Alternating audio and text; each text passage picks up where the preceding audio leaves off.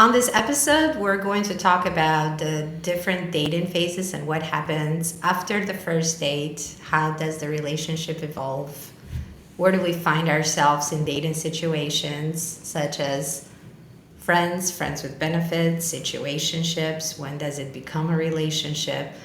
And all the questions that we have in this period of hell that I would call it between 1 and 3 months, where nobody knows where they're standing and what's going on with the other person. So this has been a topic of interest for me, and this is why I have gone to Curtis with all these questions, which I would love to do right now if you would allow me. I love questions. Okay, so one thing that I was super confused about, I thought that once you go out on dates, you're technically dating. Then you told me that there are actually different stages before dating. And I happened to experience that, which left me extremely confused. But now I need to know, how many phases are there in the dating world? So typically you have obviously the initial interaction, whether it's you're meeting the person in person or you're meeting them in an app, and you go on a first date, and then at that point you're starting to fill each other out. The first date is a lot of it's a lot of posturing. People typically will put their best foot forward. And then as the relationship develops, you'll start to get to know each other a little bit more. And, the key to me to any relationship at the initial phase is communication, the ability to communicate. So as you work through that, you two express things about each other, discuss, likes, dislikes, being able to have open conversation, and then it starts moving to something more steady. I don't know what people call it these days. So before we get to steady, is there like a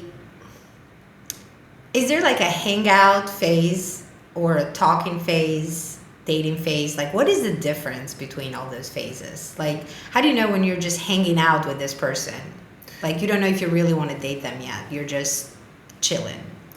So you have the initial talking phase, and then you have kind of the hangout phase. And during this hangout phase, it's still fair season. You can hang out with whoever you want.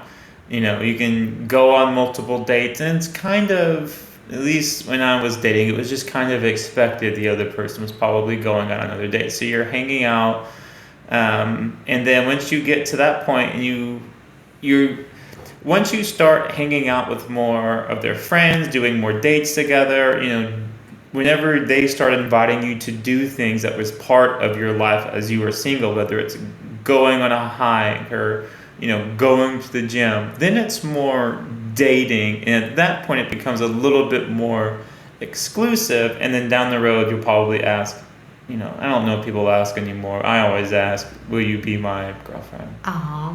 Yeah. I don't know if people do that anymore. It's old-fashioned, but I'm pretty old-fashioned. Isn't it something that, like, you just kind of go into it? Like, when the vibe is right, you just know that you're moving into that phase? And how do guys know if they want to move from the hanging out, talking phase to, okay, I want to be in a relationship now? So for me, and I think this is the case for most guys, is it depends on, if the sex is good, you're probably, unless they have a great personality, you're probably just in it for the sex. So there was one person for me where, she was cool or whatever, but the sex was just really, really good. And frankly, this is going to sound tough, but she wasn't attractive as I would have wanted.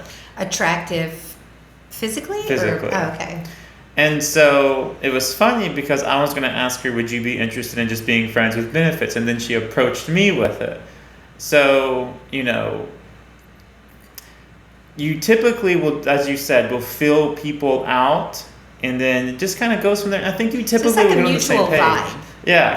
Like, both people know that this doesn't feel like it's heading anywhere else, but it feels good for what we're doing right now. So that's how you determine it. How is it for women? Isn't it just the same way? You just kind of fill it out? Yeah, I mean, the way that I see it, it depends on how the guy's behaving, but I sense it. Like, I sense when there is more interest and he's like really into me, and then I can see when we're having a good time together, sex is good, but it's just something there. Like, it just feels awkward at times. Like, there are times that you're hanging out and you're not fully comfortable. It's like you almost have like one foot out. Yeah. You're like, okay, we had a good time, and you kind of want to leave. So that's the feeling that I get when I like somebody enough to hang out with them, but not go into a phase of relationship where I would have to spend a lot more time with this person. I've noticed in my time dating that women are the ones that typically approach the subject of what are we? You know, typically, I mean, in my experience, I wasn't the one that brought that up. Um, That's the time that you spend together will determine who actually asked, because I have gone on dates where after 1 month, typically 1 month, the guy would ask, are we exclusive? Would you like to be my girlfriend? That was a little fast for me, but he 1 month? approached it 1 month. that was fast. Yes. Okay. It was a little fast because within that month, you don't see each other that much. You probably see each other once a week, twice a week. Okay. Twice a week, I would say. So everybody's in their best behavior. So you really know that much about them. So you don't really know their personality. You don't, sometimes you don't even know where they live. So you haven't met their friends yet. So you haven't created a full perception of the person. So 1 month it's a little fast, but I can see the guy kind of expressing that he has good intentions. He's serious about this. So Yeah. he just wants to.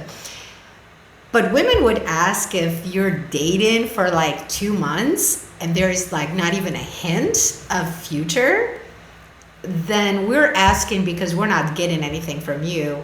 We're not asking because we're dying to be in a relationship with you. It's because we just don't want to waste our time. How many times have you brought that up, or the guy has brought that up? And so let's say this. So you ask a guy, so what are we?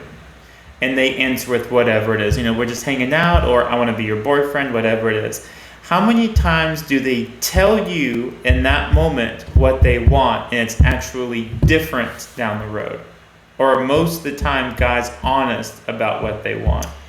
So you mean when I ask them, what are we doing here? What are we? Let's say we're trying to put some labels and they say we are together, and I take that as we're in a relationship. And then down the road from there, they change their mind. Mm-hmm. Everybody's allowed to change their mind. Does that happen often? They could change their mind. I have never had that happen. Okay. What I have had happen is when I first met them, they would say that their intention is to have a relationship, but then 3 weeks down the road, they were completely different. They acted completely different, not something that would back, their words. So their words and their actions just didn't match. So Yeah. you could tell that they had a change of feelings, whatever it was. Maybe, they liked somebody else, met somebody else that they felt stronger for. But once you agree, or once you say that you're on the same page, I haven't had that happen. Does it happen? Have you changed your mind once you got into a relationship? Well, it's funny because I can think of one instance where I was hanging out with this girl, and this was about the time I found out I was moving, and I told her, look, I'm going to be moving soon. I don't see this going anywhere. And she said, well, why don't we date, see what happens, and go from there. So this was before you got into a relationship with her. This is while you're dating. Yes, this is probably 3 or 4 dates in. Okay, so And- you were upfront. You're honest. Yeah, well, I found that I was moving, Right. and I told her, this, with me moving 9 hours away, I don't see it working out. But she wanted to try anyway, and so I decided to try. And when I got to Florida, I was like, this isn't going to work. So That's why I was curious. People will be honest with you. They'll tell you, I want this or I want that. They will be honest about the other part. People will be honest if they don't want to have a relationship. That's easier for them. Yeah. They will right away say, hey, I'm not looking for a relationship right now. Or like you said, I am moving in 6 months, so I'm just not looking to get into anything serious right now. I just want to have a good time. You seem like a cool person. They will be honest about that. But there are a lot of cases where guys would act like they want to be in a relationship, but ultimately they don't follow through. So, after you go through the first date, are you typically the one that's asking about, do you want to go on another date, or is it typically the guy? How does that go for you? Because typically I would be the one asking, women, do you want to do this? Do you want to do that? It wasn't all the time, but primarily it was the case, except for maybe 2 or 3 women at the top of my head. It was typically me saying, hey, why don't we do this? This is coming up and stuff like that. So my mentality, I believe that guys should be the ones to show more interest, at least in the beginning, as you are the pursuer in a way. And I'm not saying that in the way that it gives you all the responsibility to maintain the relationship or to make plans for dating. But in a way, for me, as a woman, it's hard for me to ask you if you want to get together tomorrow or the next day or the next day, because, which I'm going to get to it, but in a way, we sound like we want your attention more than you want our attention. And by you asking or making plans is just showing me that you care enough to have this move forward. You care enough to put time and effort into this. Even planning something like an activity. Yeah. Like you care enough to go that extra mile. If I tell you, hey, I'm going hiking tomorrow, would you like to join? I wouldn't really consider it as a date. We're hanging out. That's fine. Okay. Does that make sense? Sort of. I'm not asking you on a date. I'm just saying I am doing this activity. Would you like to join? I guess it just depends on how you define date. Dating is when you plan something that is usually more on the romantic part of it. That's how I see dating. Okay. So it's the beginning. Doesn't going on a hike kind of further the relationship though? So does it? You don't think so? Because typically whenever you go on a hike, it's mostly just you're not eating, you're not drinking. It's just pure talking. And you're not talking as much because you're walking a lot. Are you serious? I mean, it depends on where you do the hike. Like if you're hiking on a mountain, you're out of breath. Well, I don't see a lot of women inviting guys out to hike on a mountain because in my experience, women don't like getting sweaty during dates or whenever they're hanging out with guys. I don't mind. I don't mind that at all. I like activities. I think those are the best actually because you get to experience things together, not in that, setting of, I look perfect, my hair looks perfect, my clothes look perfect. Yes, of course it's nice, to have those dates, the romantic part of it that I was mentioning. But I think it's much more original, organic when you do activities and they see you in your worst state. You smell and they still want to hug you. Like that tells you a lot more than when they hug you and say, "Oh, you smell so good," because you know what kind of perfume you have on. But that's what I prefer. That's what I like. And I know that I have friends that they like the same thing. If they can do activities together and they can be their true selves and they have a good time, then what else can go wrong after that? So whenever a guy asks you out to do something, so let's just say a guy asks, do you want to go golfing with me? And why did you say golfing? I don't know. I cannot even hit the ball. Okay. That's what I mean. All so right. a guy asks you to go golfing. Okay. You've never done it before. You have no interest in it. Would you go and do it or would you decline? I would tell the guy that I cannot even hit the ball, just so he knows. I don't even have clothes that come close to what you wear when you go golfing. But I Will you? would go. I Okay. would go because I think by him wanting to do that with me, knowing that I suck at it, it's kind of fun because in a way he wants to show me how to golf. Like he Yeah. wants to give me that first experience. So I would go. But that's not something I'm going to do all the time, of course, unless I end up enjoying it. Why not? I agree, and there were a lot of times where I didn't think I was going to be interested in something, and I did it anyway, and it turned out to be a fun time. Yeah. So I was never one to say no. When someone invited Yeah. me, I went. It depends. Like if there is like a mud run or something like that, which I still would with the right person, but it's all about the person, how much you like them. Yeah. I think that's what it is. Like when you like somebody a lot, you will end up doing stuff that you're not really into it. Uh-huh. Just because they like it. But if it's somebody that you're just starting to get to know and you're not really into them and they invite you knowing that you don't like a football game, like I cannot go to a football game in Florida in September, August when it's 105 degrees. Like I can't do that. Yeah. So if you're going to ask me to go watch football and I don't really go to football games and that's something that you really like, but I'll just not have a good time at all. I will hate it. If I'm not into you, it's a hell no. I'm not going.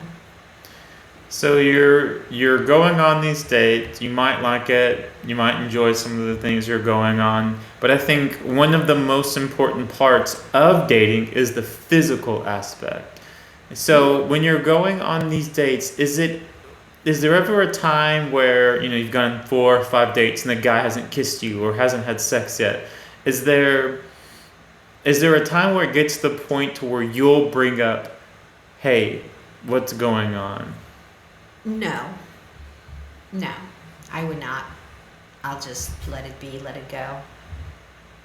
Obviously, if the guy is not attracted to me enough to go for a kiss or touch me or hold my hand or just walk close to me, if he doesn't give me those physical cues, then I would just consider it I'm friend zone. You wouldn't initiate. No. Okay. No, I can't. I can't initiate. Like it doesn't matter how hot the guy is. I would not initiate kissing him or sex. Like it's just not gonna happen. Like he's gonna have to put that work towards it. And I'm not saying work in a bad way, but Because I was always very forward. I would go for kisses. I would make moves for, but that's the how it's intercourse. supposed to be, right? Yeah, I mean, So do you believe that the primarily. guy has to be the one? Has. Like this is such a strong word. But they would initiate it. I think that's just how it is nowadays. And to me, the reason I think it's that way is because, I'll put it this way. You and I go to a bar, any bar in town, who cares? If I was to walk up to every woman in that bar and say, will you have sex? Just open up with, will you have sex with me? 0 would say yes. How do you know it's 0? If a guy walked up to you, I don't care how hot they were. Hey, at least you ask. Sure, but would you say yes? If, I don't know, there would be women that find themselves attracted to you, they'll probably say yes. If I got okay. They may not say yes, they may raise their hand. So let me flip it around. So if you were to walk up to guys and say that, you would probably have a 50% success rate. They'd probably be like, yeah, sure. Absolutely, yeah. And so women have a much bigger pool than men do. So because women have much more people pursuing them, guys have to put forth more efforts to go after them.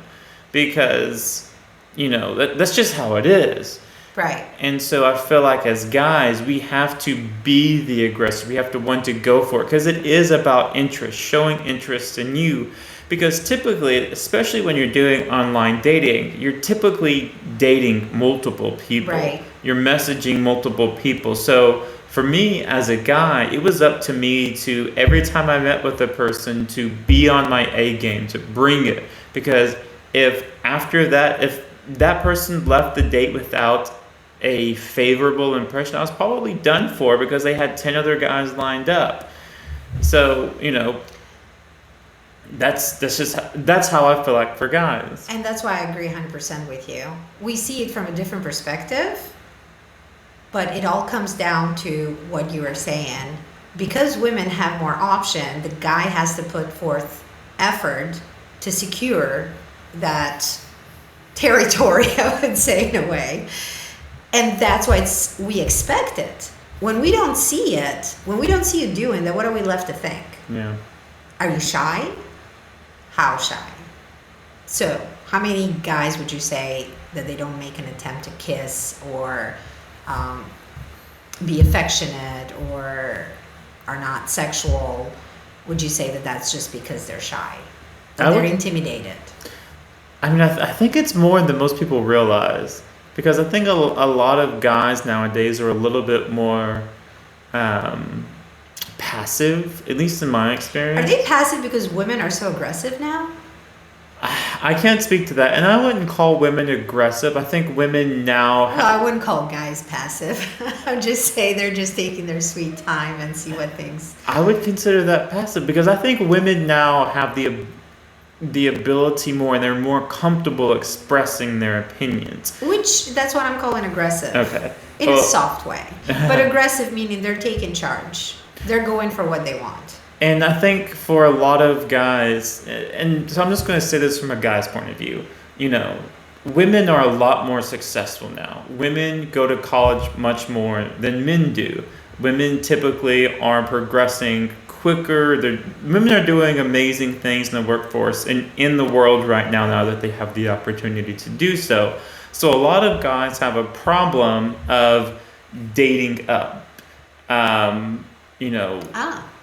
Well, not so much dating up, but they are intimidated by women that make more than them, that are more successful than them. Why do you think that is? I think it's just the societal thing of men should take care of women. And, I think another part of it is women don't date down. Typically guys will date down, but women, they want to date someone on their own socioeconomic level or higher. They want to date someone that's as intellectual as them or higher. Right. And that's why it's much more difficult for women to date now, because women have always been smart, but now that they're gaining the degrees or going to work, gaining the titles, it's making it that much more difficult for guys to be able to compete.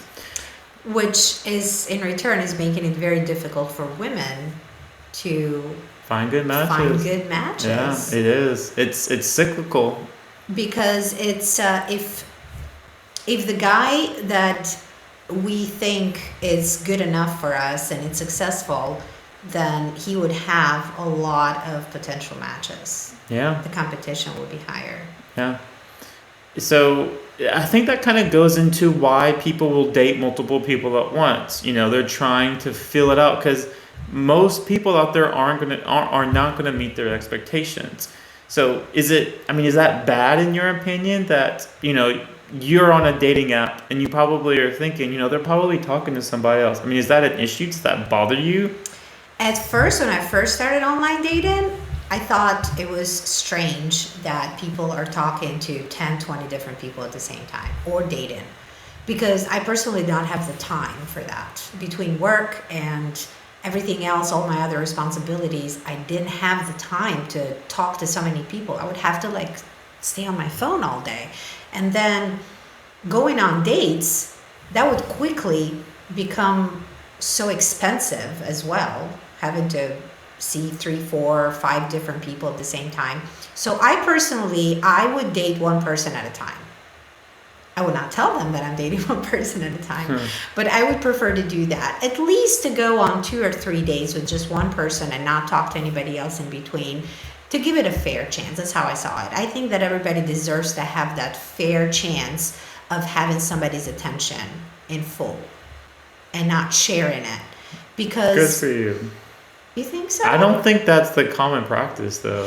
It's not. It's not, because I know that guys especially don't do that. Is that true? I had a date every night when I was in Nashville. Literally every night I had a date with somebody. How did you keep up with their stories?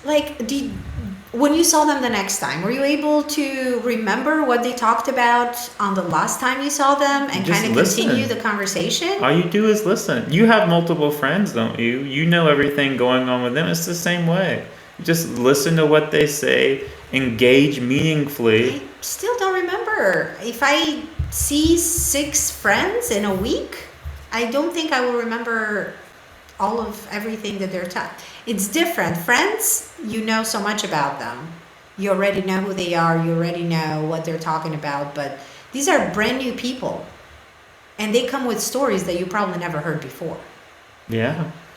And that was, part of the fun part about it.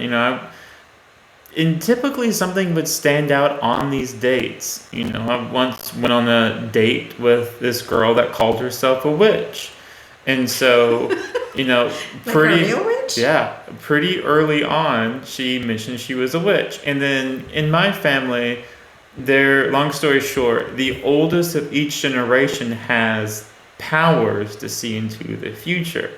Oh. So I brought that up to her, and she was just like, "No, I'm all hot and bothered." So we go back to her place, and she has these stones. And, she's showing me all of her stones and stuff because she had mentioned that whenever we were out and about. And, one was for hard work, or one was for sleep, or one was for, good vibes. So, we ended up in her bedroom, and right before we started having sex, she grabbed the stone, put it underneath her sheets, and so we started. And then I was expecting some freaky shit, and it turned out to just be missionary the whole time. Was it because of the stone? I don't know. She didn't want her to move or something? I have no idea. But as soon as we got done, she grabbed the stone out, she put it on her cabinet, she did a little prayer. Lord, thank you so much for this great orgasm.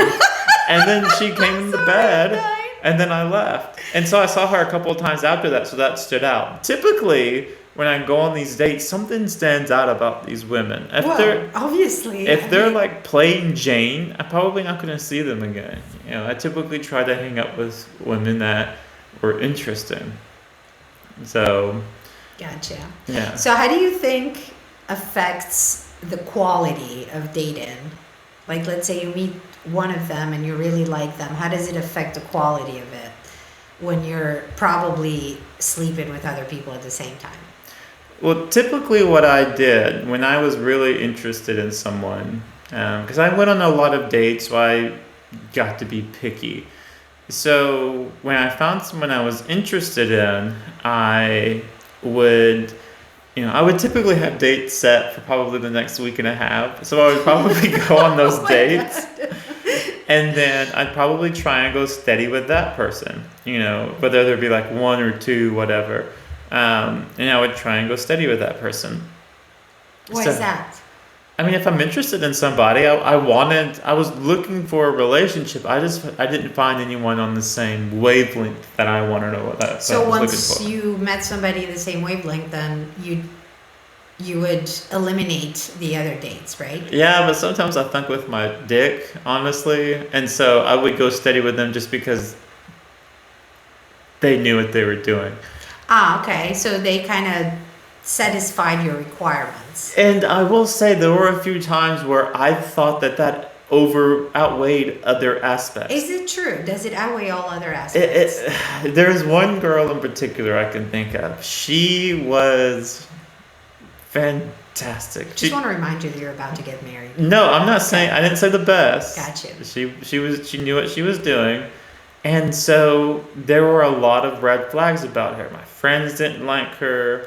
She spoke negatively about people to their faces. She was a bitch. Use whatever word you want. Why do men like bitches? I'm not going to use that word. Okay. But I think I thought that the physical part outweighed the mental part of it. Because I kept trying to find excuses for the mental part. Like, you know what? She did say that to that person's face, but it was kind of true. Or, my friends don't like her, but they just don't like that they don't get to hang out with her. Whatever. Yeah, you definitely... Yeah, you I were was all pussy about... whipped. Yeah. definitely. That was your sexual attraction that just took everything else. It was just lust, right? Does that not happen for women too? It does. And It is it not the does. same thing where you start, putting up bells or? You're not oblivious to it. Like, I've never been oblivious to a guy's behavior. Like, if he acted like a dick, he was a dick. If you walk like a duck, you're a duck. But I would enjoy sex to the point that I would let go of certain things that would not be optimal from him.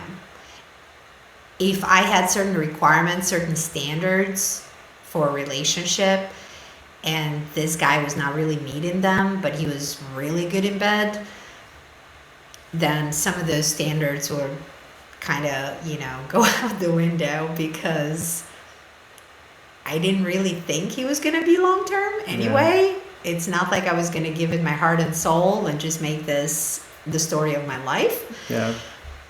But for the meantime, it was something that I was happy with. Yeah. Even if it didn't provide all the other qualities.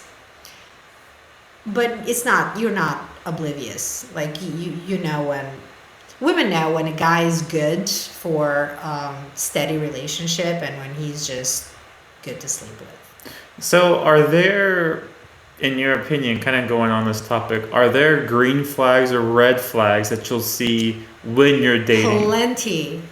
Plenty. You want me to go first? Sure. I want to see if our flags match.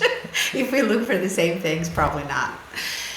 So you know my red flags and green flags, because I've talked about them so much. The first thing that I see is if he has any type of manners. That is something that is a major turnoff for me. Yeah. The guy that comes late to a date, doesn't have a good excuse or an apology, sits across from you, doesn't say hello, just hey, like he doesn't embrace you or hug or whatever. The guy that looks at the menu like I don't want to make certain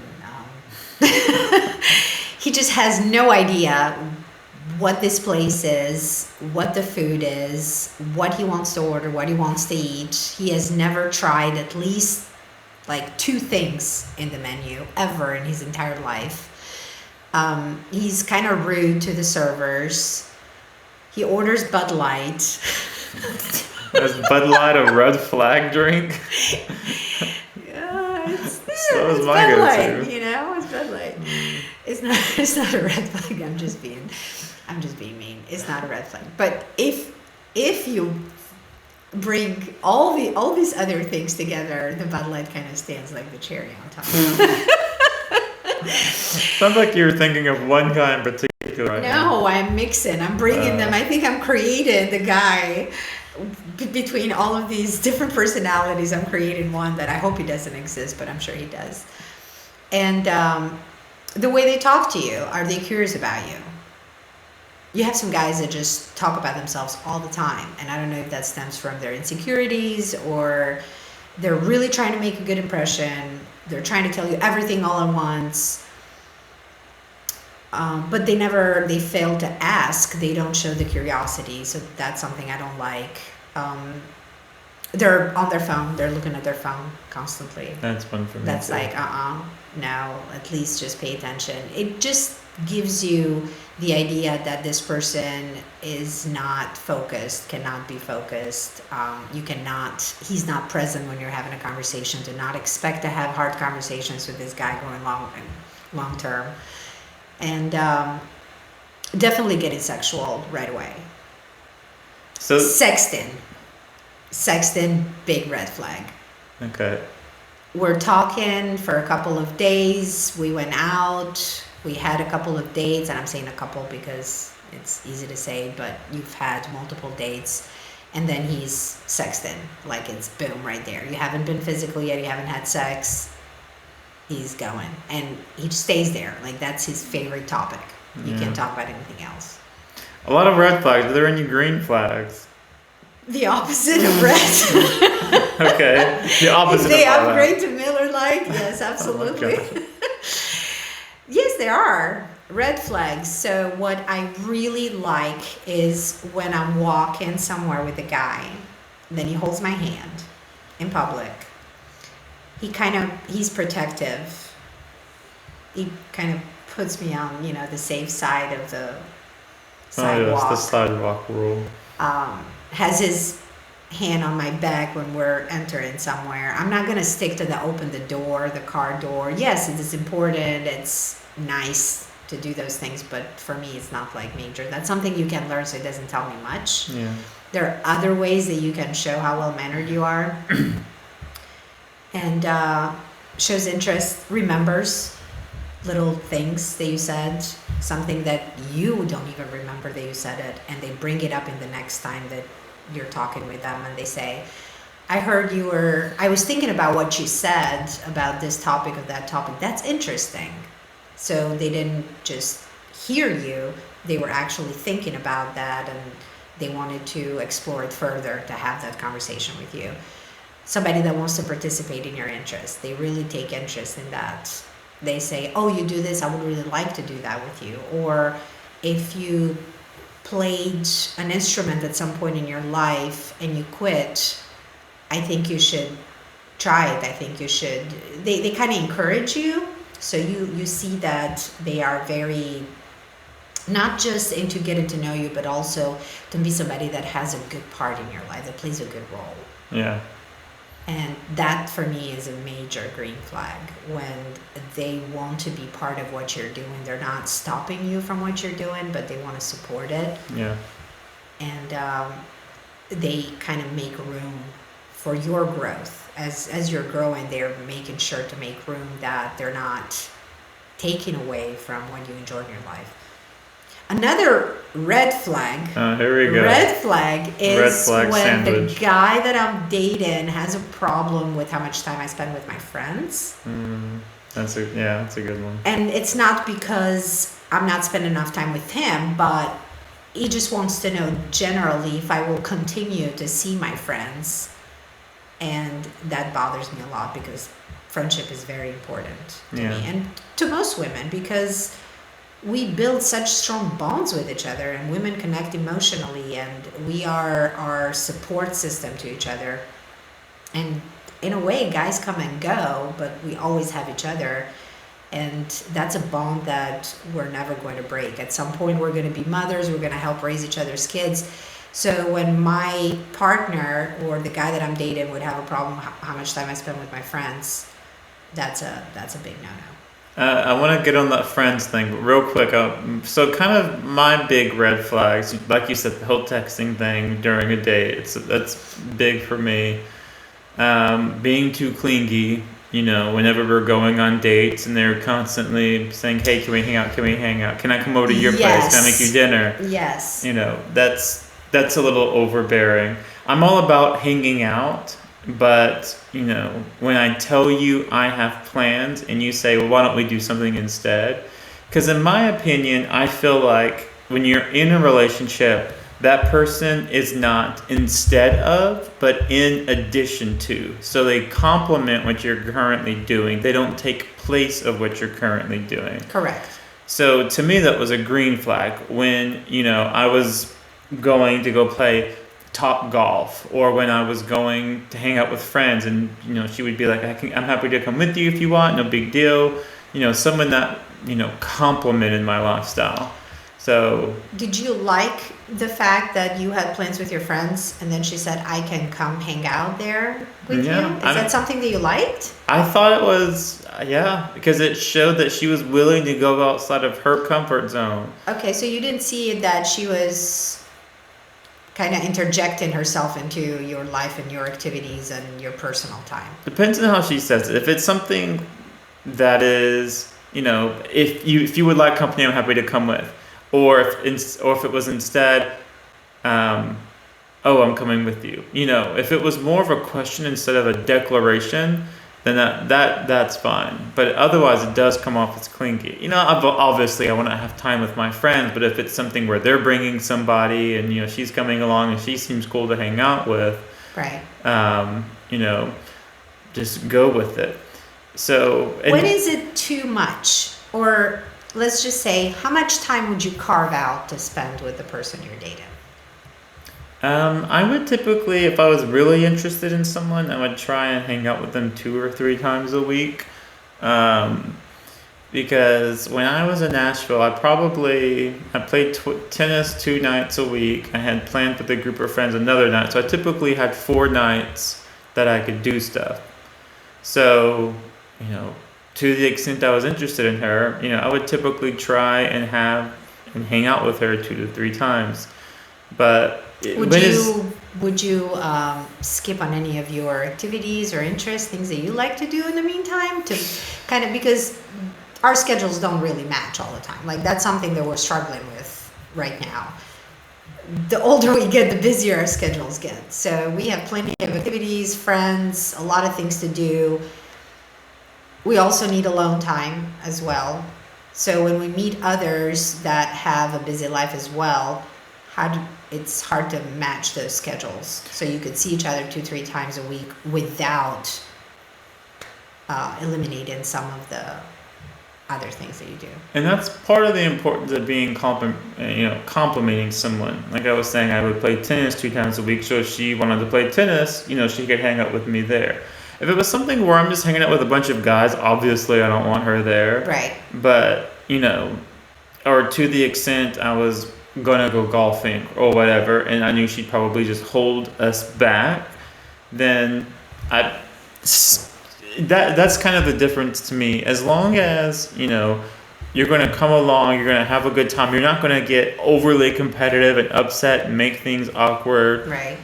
Just having a good time. And that turned into one of my biggest problems was, I would bring these women around the people I was hanging out with, and it would get awkward or competitive, or they would ask questions that it wasn't appropriate. Okay. So, for example, whenever there was one time where I had introduced her to my family, and while we were there, she started wanting to talk about my ex, and that wasn't the time for that. Just awkward. It wasn't. Yeah. And so, and that's kind of the part of dating, because typically, I don't know how it is for women, but guys don't typically talk about the women that they're hanging out with until they introduce them to their friends or family. And I get the feeling it's different for women, to where they will talk about the people they're dating before they introduce them to their friends or family. Is that right? Talk about who? Will you talk with your best friend or one of your lady friends about guys you're dating before you introduce them? If I'm getting a good feeling about the guy, absolutely. My best friends are the first ones to know if I'm getting a good feeling. If I'm not getting a good feeling, I will give it a little bit of more time to see if this has potential. Yeah.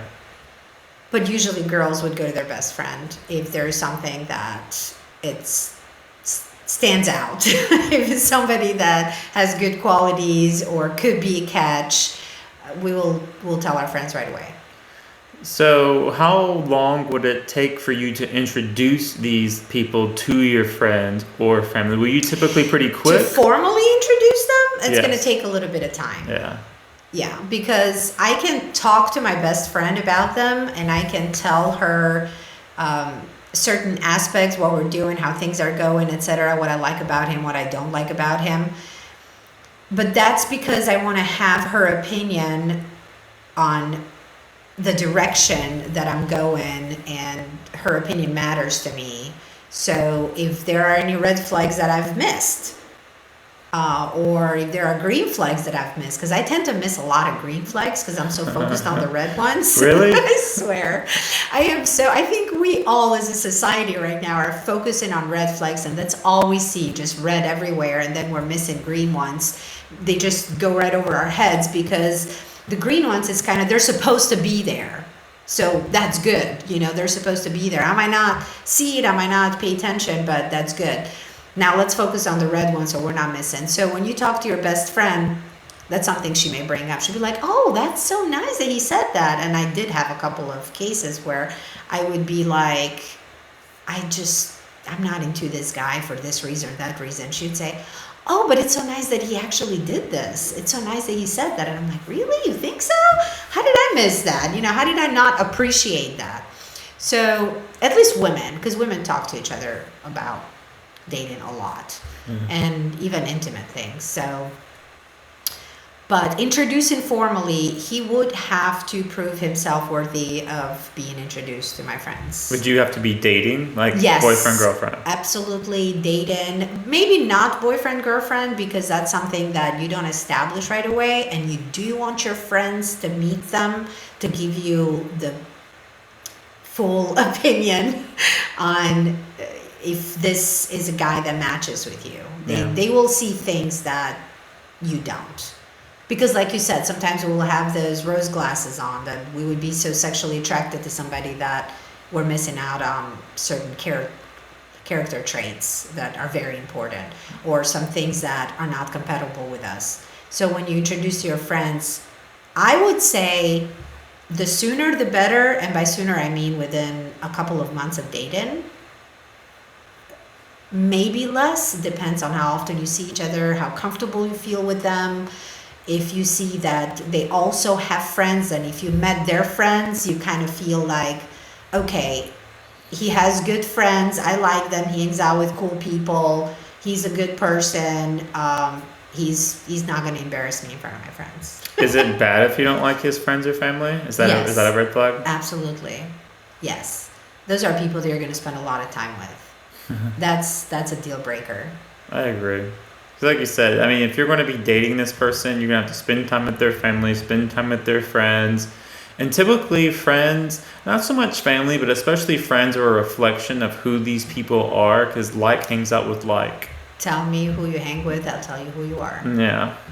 So, so you've introduced them to your friends or your family, whatever, and you like this person and you would like to date this person, you want them to be your boyfriend. How do you bring that? Is that something if I remember, you won't bring that? I won't bring it up. What are we? Are we? How do you, if you really like somebody? It kind of goes there. It kind of goes there. You are spending a lot of time together. You are meeting each other's friends. The way that you're spending time, it's not like just dating anymore. You're doing random things together. You're cooking together. You're doing house projects together. You're going to Costco together. This might be a mistake. That was a mistake. I should have never gone to Costco. That was a red flag. Anyway, next time, story Costco. Costco, guys, what happens at Costco? And so you're already doing things together, so your lives are kind of going in the same direction. You're doing activities, you have friends that you play sports with. In a way, it's understood you're a thing now. Yeah, and I was never really one with gray area. So I typically had these conversations with people.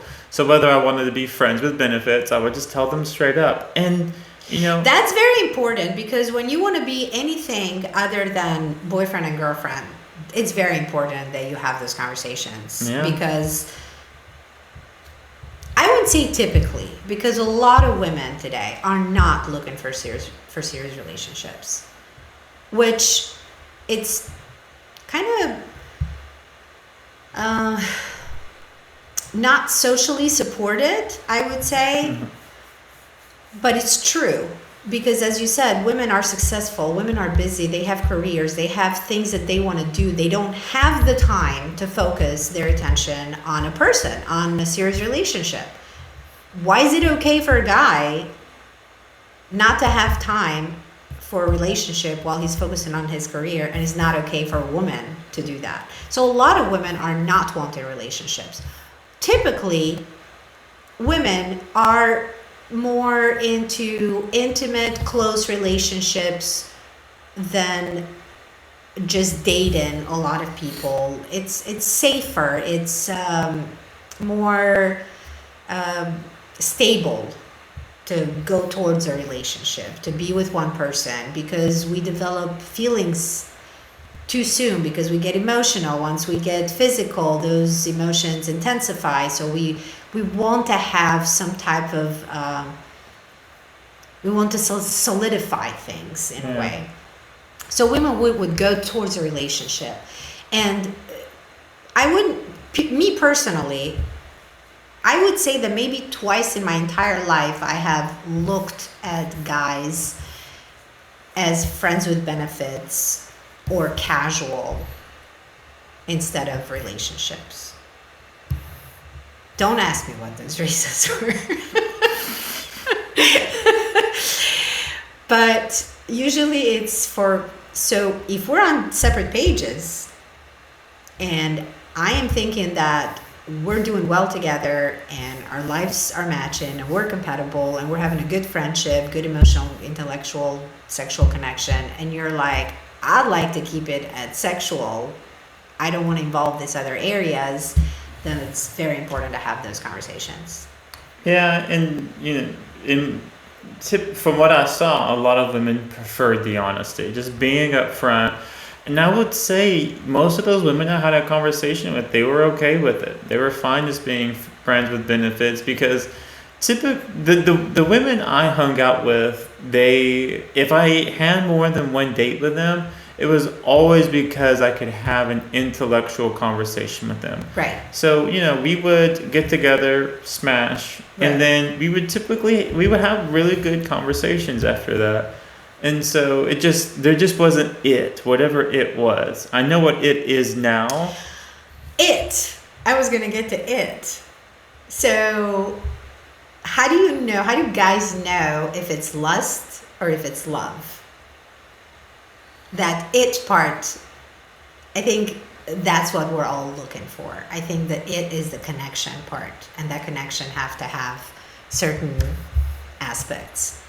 So what I went through when I was dating, I could tell that the difference between lust and love was when I was seeing somebody, what was I looking forward to the most?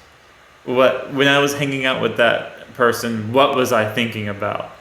What were you thinking about when you're hanging out with the person that you're physically intimate with? If it was just just to mess around, yeah. It was just the sex part of it. Right, but what were you thinking? Like what was it that you were thinking when you were with them? I just wanted something steady, I didn't have to masturbate anymore. Yippee. Okay. So when that was the That's primary... so simple, dude. I think women overcomplicate the shit out of things. Probably. Gotcha. I'll take your word for it. So, what I was looking forward to the most was the sex part. It was lust. There were a couple of women that it was the sex and the conversation. It was both, but the sex outweighed it. And so that's how I could tell the two apart when I was meeting up with somebody, because we had the same interests. We're going to go travel, like with my fiance, we love traveling, we love doing a bunch of things in common. So it was looking forward to what we were doing, not so much the sex, which that was great as well, but it was the experience outweighed the sex part of it. And so I realized that was it. When you value, of course I still value the sex of it, but I also value the experience, just spending time with her, looking forward to just sitting on the couch. When I couldn't just sit on the couch with somebody, that's how I knew it just wasn't it. I was dating this one girl and we couldn't just sit on the couch. We couldn't. It didn't work. I dated her way too long, but it didn't work. How didn't it work? Like, what was it? You were uncomfortable, or you wanted to leave, or... So, it was... I'm trying to think of the best way to put this. Whenever we could never agree on what we wanted to watch. She would want to watch what she wanted to watch, and then whenever we were watching what she wanted to watch, she would be on her phone the whole time. She would ask me what's going on in the show. Whenever I tried to talk to her about something, she just wanted to watch the show. There wasn't no connection. No connection, and so the little things weren't really mixing. And I'm sure it's like that for women as well. So that's how you know that is love, when the time that you're spending, it's more about everything that you're doing together and how much you enjoy all of those things instead of just one particular aspect, Yeah. just the sex or just intellectual conversation. If I want to leave after I'm done having sex, then it's lust. Right. So when you don't want to leave after you have sex, when you want to cuddle, when you want to hang out, when you want to watch TV, when you want to go to dinner, that's more. Yeah. That's when when the little things start adding up to the big things. That's how I could tell it was more.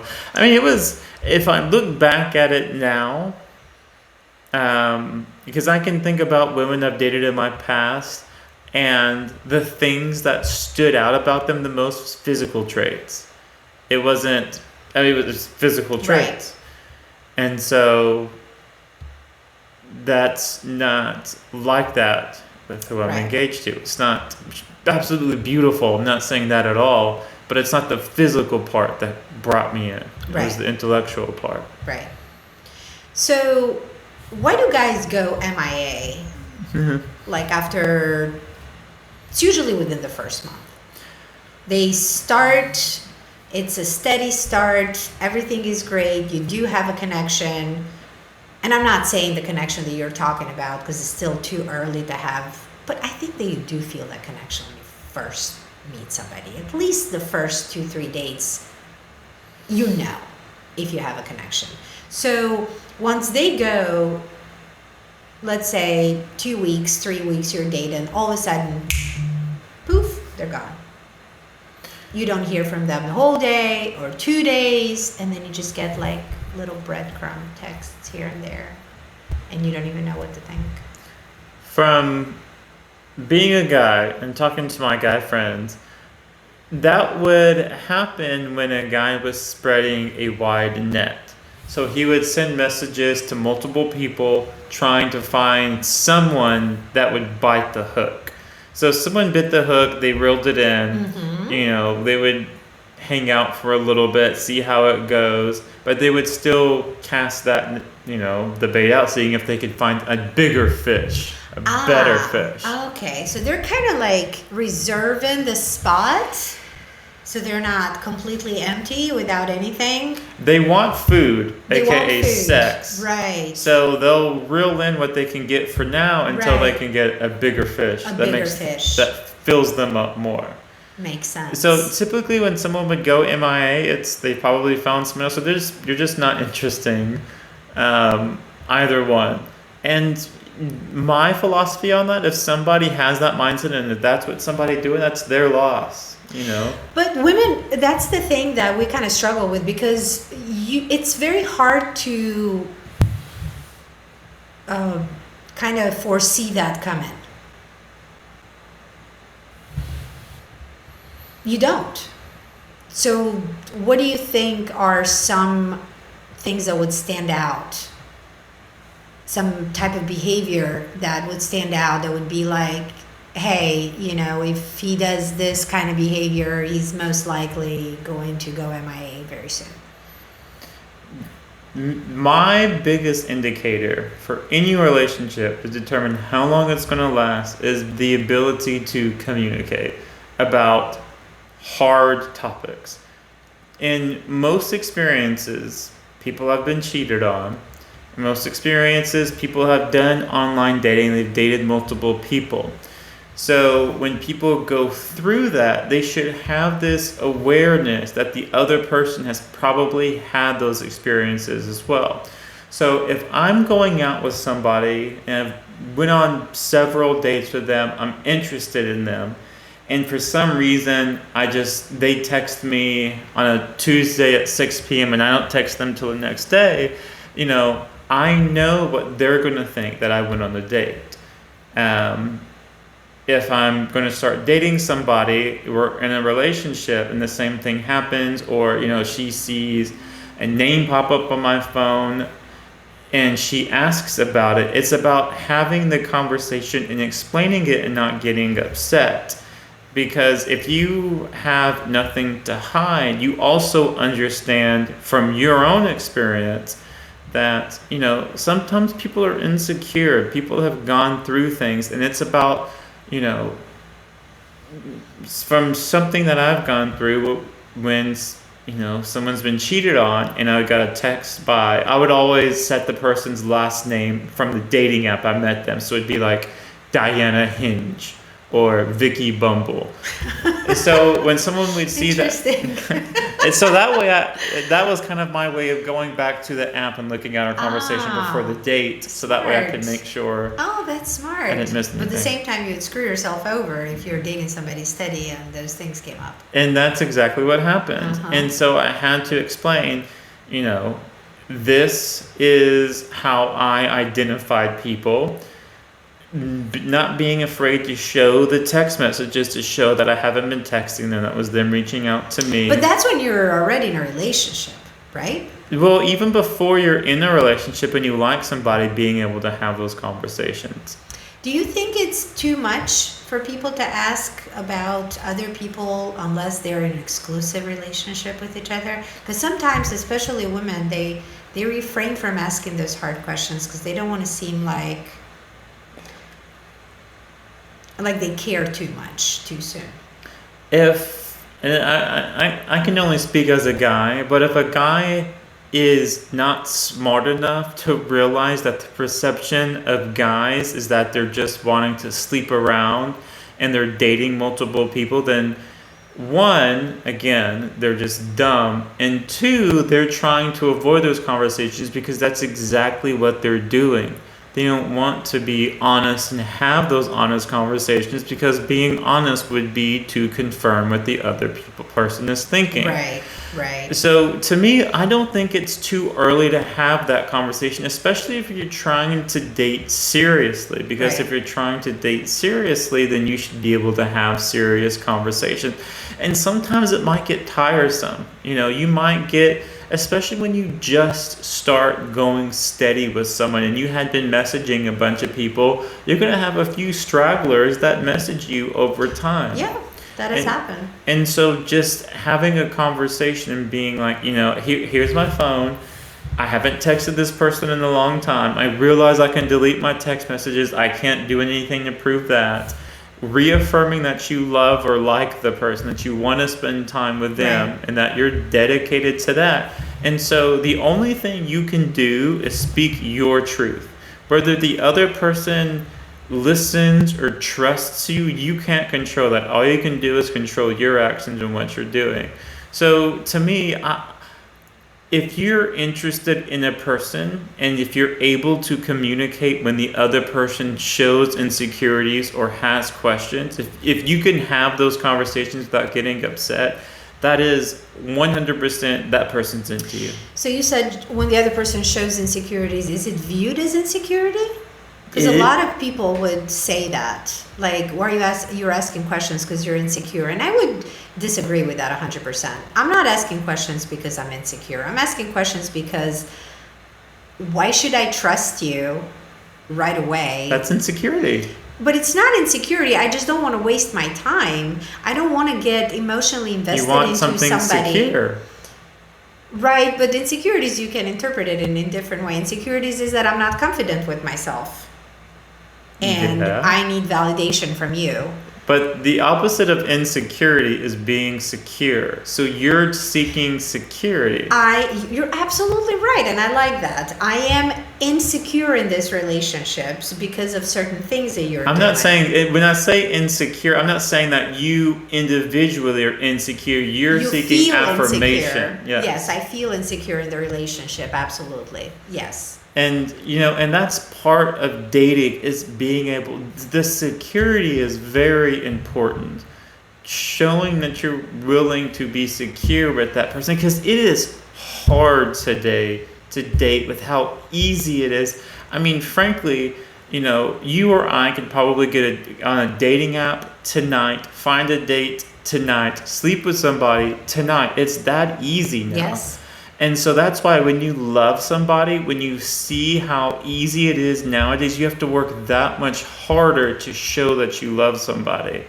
And that's part of it. And if you can't do that, you're not ready for a relationship. Right. You're not ready for a relationship. And a lot of people are not. They're A lot not. of people are not ready. And there's nothing wrong with And that. that is what we're struggling right now, and that's why it's so important to talk about these things like they're happening in real life. I mean, we all know the rules, and we know how relationships should look and what people should do.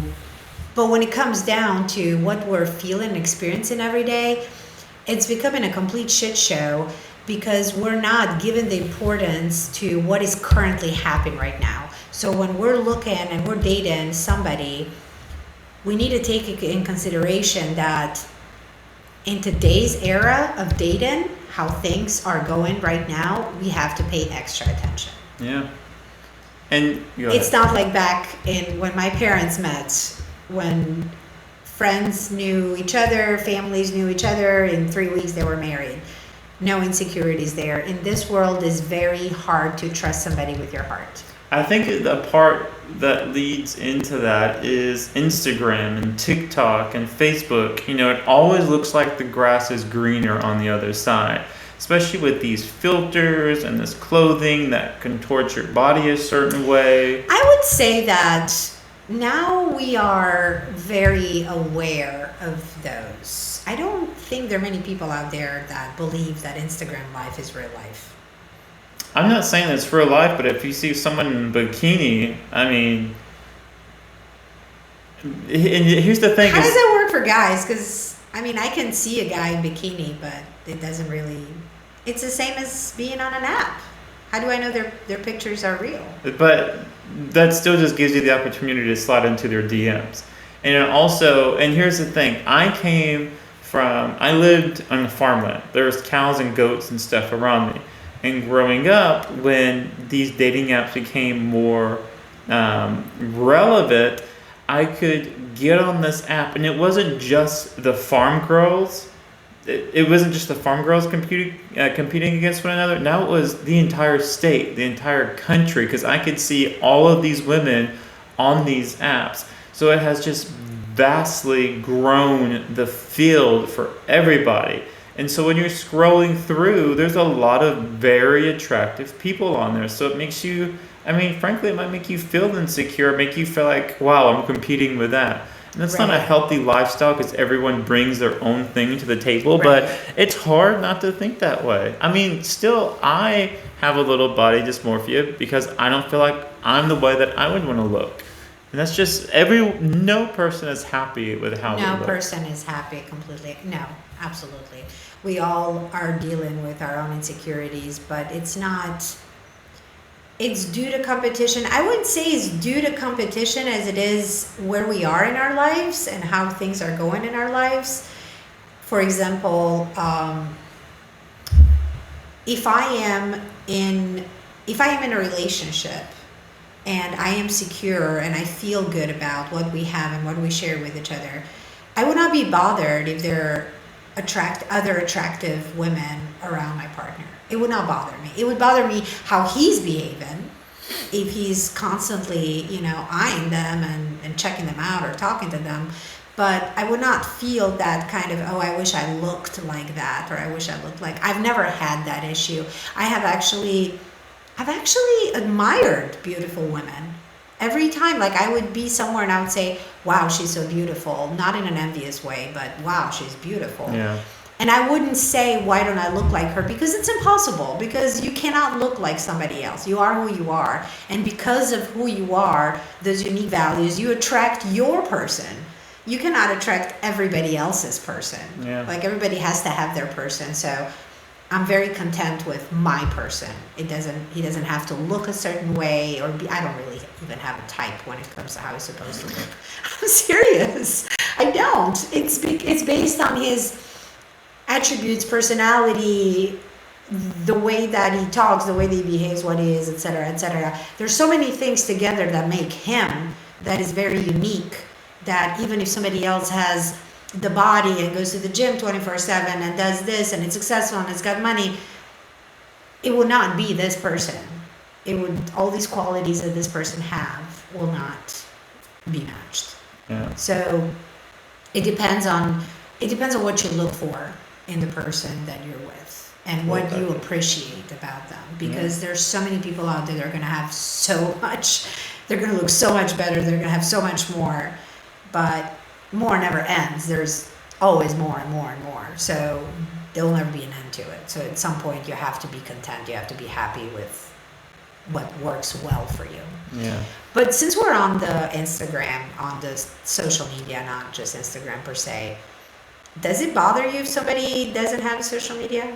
It's very, very private. It doesn't bother me because I think social media is very toxic. So I actually appreciate people that don't buy into it. I actually prefer it. If someone has a social media, so be it. If someone posts all the time, so be it. Unless they're posting thirst traps a lot, that's a little weird to me. But if you're posting all the time, like to your stories, or just getting, keeping people up to date, so be it. Or if they don't have a social media, I mean, that doesn't bother me either. And what bothers me is people that say they're very private, they don't have social media, but they do have an account that they follow others, but they have nothing on their account. Why does that bother you? Because you do have social media. You're scrolling through your feed, you're looking at everybody else's life, but you just don't want to show anything about your life. Why is that weird? It is weird. What is that? Because why would I want to, if I'm friends with you, why would I want to follow you if you have nothing on your profile? You're just there to kind of stalk me. Would it bother you if you date somebody that has no posts? Would it bother you? I dated somebody that had 0 posts. Would nowhere. It bother you if they never posted about you? No. No. So you don't care about that part. I never post on social media about relationships, partnerships. I'm the same way. I think there's so many people that, I guess sharing your happiness with others makes sense to people. Like, they just want to share. It's like when you get married, you want to post the pictures of your wedding, or you have your baby and you post all of this because you want to share your excitement with everybody else. But posting pictures of my partner, maybe for traveling, that's normal, right? Yeah. But I would not be like, me and the love of my life doing the hike of our lives. That's a little weird. Yeah. But it would take some time to it's like after you introduce them to your friends and your family, then you introduce them to your social media friends. Gotcha. In the whole world. Well, at some point. You mentioned this, and this was actually my last question I had for you today. So when you meet somebody, it's going steady, and to me, the next biggest step is going on a vacation together. Because when you're going on a vacation, whether it's you and friends, or you and the kids, when you're on a vacation, that's a lot of either time with you and the other person. Oh, I haven't experienced that. or you with friends, because I think that is, you're getting a glimpse into what it's like being with that person in leisure time, in vacation time, not just day-to-day time. So, when are you comfortable going on those vacations and then with the person that you're interested in? And are there things that you look for during these vacations? I would say, from my personal experience, right away. As soon as you feel that your relationship has stepped into a phase, your connection has stepped into the relationship phase, you should definitely do it. You should take a trip, drive in, whatever it is, 2 days, a weekend. I would not say like a whole week vacation, because God forbid, if you two are not compatible. It would still be bad, you can still have fun on the vacation, but you're still in a way stuck with this person. But taking a trip, doing something together right away, I think it's awesome, because you see so many qualities, so many character traits that you would not see otherwise. Like, even like if you're driving for like 16 hours with somebody, oh my God. Like, how many times are you going to stop for gas? How is he going to act? How is he going to talk to people? how moody is it going to get during the 16 hour? Like, you can just identify bipolar right there, Yeah. highs and lows, because it's a long drive. How does he interact with other drivers? Does he have anger issues? Is he yelling? What type of food does he like? When you travel, like, I love McDonald's. For me, it's like road trip McDonald's. I love it. And how he communicates with you. What kind of music does he listen to? I dated this guy that listened to hard, like, heavy metal, and I just couldn't. I couldn't do it. I could not be in the car with this guy and listen to that music. I gave it about 10 to 15 minutes, and I said, do you mind if we change it? Because I can't. It was too much for me. And I read somewhere that if you have very different musical preferences, you are not intellectually compatible. I can see that. So he thought that, he found it strange that I didn't like the music because it has great lyrics. And my question was, what lyrics? I cannot even hear them. Like, it's so loud. They're just screaming. You really listen to the lyrics? So yeah, you can find out a lot of things about somebody when you take trips together. I agree. And that's why, to me, it's always important to go on a vacation with somebody. Right. Because, like you were saying, seeing what it's like going to a new place outside of their comfort zone. Their bed's not there. Your bed's not there. Your house. You're in a new environment, whether you're with somebody or with friends. When you put someone outside of their environment, you get to see who they are. Yeah, and they're and outside how they their treat comfort your zone. friends, and how they interact with them, and how they adapt to. It's so important to have that, because, as we said, they're going to spend a lot of time with your friends and family. So why not do it right away? And if it's sure you can handle the day-to-day, the Monday through Friday, but when you're with somebody because whenever you do those vacations, when you're spending that time away from work, you want someone that you can enjoy those experiences with. So I think a vacation is a great way to just tell if you are compatible with someone. Yes, if you can make it through the vacation and you still like the person, then you're good. I dated one guy that the minute that we would get to the airport, his mood would change completely. He was anxious, he was agitated, he would not want to stop anywhere, he would just want to go straight to the gate, sit there and wait, and get agitated with me if I stopped for Starbucks coffee, or if I went to the bathroom, or like, it was just like edgy the entire time. And getting to the destination was a pain in the ass, because you never know what to expect from him. Then once you arrive at the destination, you're good. Everything is perfect. But that trip, it was something that I would have to tell myself, it's something they either accept, that's how it's going to be, always, forever, or this is not for you. Exactly. And I think that's 100% on point. We've kind of discussed everything in relationships, leading up to going steady, how to tell when to go steady, red flags, green flags. And one thing we didn't discuss, because we believe that deserves its whole other episode, is sex. So I think we did discuss it a little bit. We did. It does hold a strong trophy in determining if there's going to be a relationship or not. Yes, it's an indicator that really deserves its own episode. So on the next episode, we will discuss sex, our stories, what to look out for, what not to do.